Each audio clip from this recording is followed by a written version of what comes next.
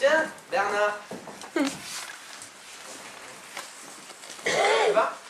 Ça va? Mais t'as l'air tout chaude. Écoute, les gens sont incroyables. Là, à l'instant, devant moi, un type grand, fort, accoste de braves femmes chargées de ses paniers à provisions. Il est fait comme ça.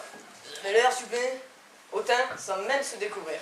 Sans même se découvrir. Attends, c'est pas fini. De l'air sublime, alors Adam, gentiment, lui sourit, pose ses 2 paniers par terre, l'un se renverse à moitié. Il est 11h moins le quart, lui répond la dame. Le type reprend en le bousculant, sans même lui dire merci, il s'en va. Et elle n'a rien dit. Non. Elle a ramassé ses paniers à provisions. Puis elle est repartie vers sa chaumière. La démarche alourdie, silencieuse dans sa douleur. C'est insensé. Je suis bouleversé. Bon, à bientôt et bonjour à Max. Au revoir, Bernard.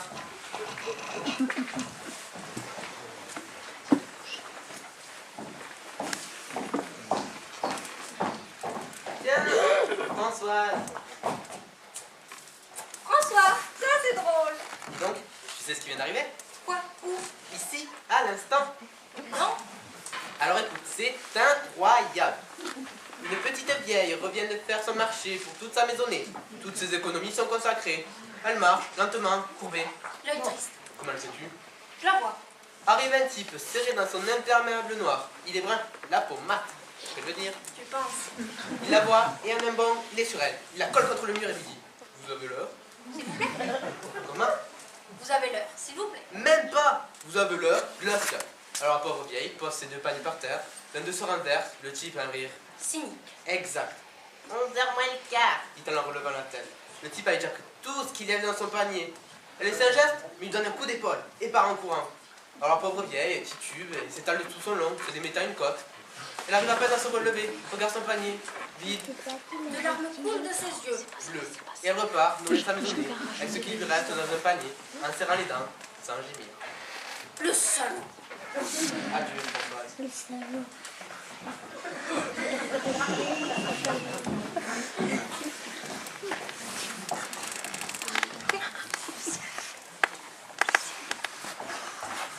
Oh, c'est la petite Françoise? Tout s'en va. Tout fout le camp. Où? La vie, l'amour, la mort. Tu as reçu un choc? Oui. Tout pourri. Un seul? Oui. Tout ça? Là? Pas là? Comment c'est arrivé? Bêtement, une brave femme, la soixantaine, passait là comme ça. Elle passait là comme ça. Elle passait là comme ça. Elle passait là. Moi, tu passais aussi là comme ça. C'est ça.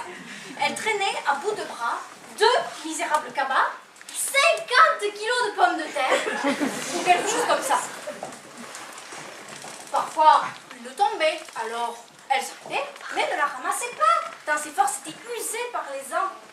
Le vent glacial lui giflait le visage, et ses haillons usés ne protégeaient pas sa peau ridée. Dans ses grands yeux noirs, que le cerne accusé par les ans, brillait la petite lueur de vie indispensable pour traîner 50 kilos de pommes de terre. Tout à coup, une grosse limousine noire freine. Un homme indécent, couvert de chevalière en croco et de chaussures en or. Le teint basané. Je vois. Cravate framboise, il croise la villageoise et la... Tu sais? Oui, Françoise. Après avoir allumé la vanne, méprisant, il lui souffle la fumée à la figure. Merci, lui dit la femme. Ça l'a réchauffé. T'as pas l'heure, mes mères, lui crache-t-il à la face. Si, monsieur, répond la dame, et sort de son cabas une petite montre boussée qu'elle cachait dans les pommes de terre. Dans 11h moins le quart. Le type éclate de rire, lui arrache ses 2 cabas, les lance dans sa limousine, balance un coup de talon dans la tête de la vieille qui gicle sur le trottoir et repart dans sa grosse limousine noire. Oh, dis donc, dis donc. Il y avait du sang partout. La pauvre vieille femme se retrouva quelques instants, essayant de ramasser le dernier tubercule qui roulait sur la chaussée, puis se tut. Dis donc. Et toi, qu'est-ce que t'as fait? Moi, j'ai eu un choc et j'ai vomi. Une ambulance est arrivée, l'a embillé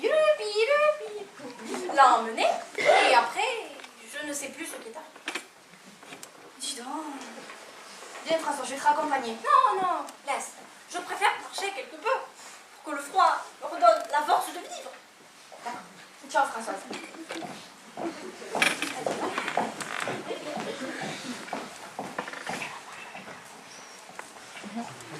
Tiens, Madame Bacon. Madame Tronche, bonjour. Dis donc, ma pauvre Madame Tronche. Que se passe-t-il? Terrifiant. Expliquez-vous, que diable? Je suis fort étonnée de vous voir en cet état-là. Un meurtre, Madame Tronche, un meurtre. Dieu, que me chantez-vous là? Je ne vous chante rien, je vous dis simplement la terrifiante vérité. Mais parlez à nous, parlez. Une vieille négresse tirant 200 kilos de pommes de terre. Mais c'est encore? C'est déjà pas mal. Oui, mais après, si vous voulez. Eh bien, la vieille négresse tirait ses 200 kilos de patates pour nourrir sa nichée dans sa case. Affamée, salichée. J'allais lui proposer de l'aider quand une énorme voiture noire, Noire. me coupa la route, freina. Un homme en descendit, un par-dessus, un feutre. Il s'approche de la vieille qui revenait du marché. Il se plante devant elle, il la regarde avec son côté nanana. Il lui dit à cette pauvre vieille, Madame, dame, vous aurez pas l'heure? Non. Si. Alors la vieille se baisse pour chercher sa montre et paf, aïe, il la surine avec son schlass. Et là, avec son... Il vole ses sacs et s'enfourne dans sa voiture qui démarre à double tour. Vroom, vroom. Et puis la suite, quoi. Peu de curieux, badauds qui s'évanouissent. Sirènes, ambulances, infirmiers, brancards. On me bouscule, hein. La pluie se met à tomber. Les parapluies s'ouvrent, les impairs se ferment. Les mocassins trempés. J'ai les pieds gelés. Enfin, la suite. Mais il y a encore du sang, là. Madame, dame, vous n'aurez pas l'heure? C'est trop con.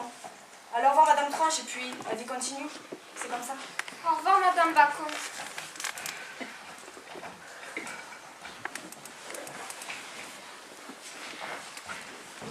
Pardonnez-moi, madame, vous n'auriez pas l'heure?